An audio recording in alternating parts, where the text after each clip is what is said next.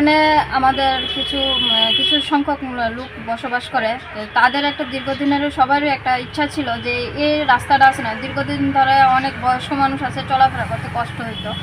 তো তারা আমাদের বিজেপি সরকার 18 মতো আবদার করছিল যে এই রাস্তাটা যাতে কয়া দেয় সরকারের, বিজেপি সরকার আসার পর। তো আমরা এটা কাজটা কিছুদিন পর এটা বাইরেছে, রাস্তাটা সুন্দর মতো করা হইতেছে।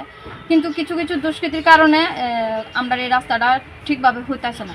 কেন হইতেছে না? প্রথমত যখন লেবার কাজ করতে আসে তখন তাদের বাধাপ্রাপ্ত হয়, তারপরে তাদের বাড়িতে পাঠানো হয়, তাদের কি সমস্যা আছে, তারা এখানে কাজ করতে পারবে না, মানে বিভিন্ন ধরনের লেবারকে হেনস্থা করছে। তো তারা কি করে, তারা তো আর আমরা তো আর এখানে সবসময় সরাসরি থাকতে পারি না সারাদিন।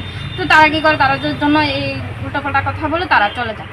তো কালকে আমাদের এই রাস্তাটা গাঁথনি করা হয়েছে। গাঁথনি করার পর রাত্রেবেলা তো আমরা দেখি না, রাত্রেবেলা তো আমরা স্পটে থাকি না। তো সকালবেলা যখন লেবার আসছে এসে থেকে কিন্তু গাঁথনিগুলি ভাঙা, এরকমভাবে ভাঙা।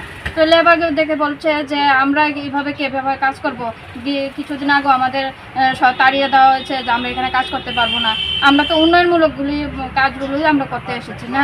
তো উন্নয়নমূলক কাজগুলি সরকার থেকে যে উন্নয়নমূলক কাজগুলি করছে সেইগুলি যদি বাধাপ্রাপ্ত করে কিছু দুষ্কৃতী মানুষরা, তাহলে সরকার কীভাবে কাদের জন্য কাজ করবে? তো সরকারকে তো কাজের সুযোগ দিতে হবে। এমনিতে ঘরে বসলে সরকার করে না করলে তো হয় না। কিন্তু যখন সরকার একটা জিনিস উন্নয়নমূলক কাজ আনে তখন কিছু দুষ্কৃতিকারীরা সেইগুলি জিনিসের উপর ভাঙচুর করে, সেইটি নষ্ট করে।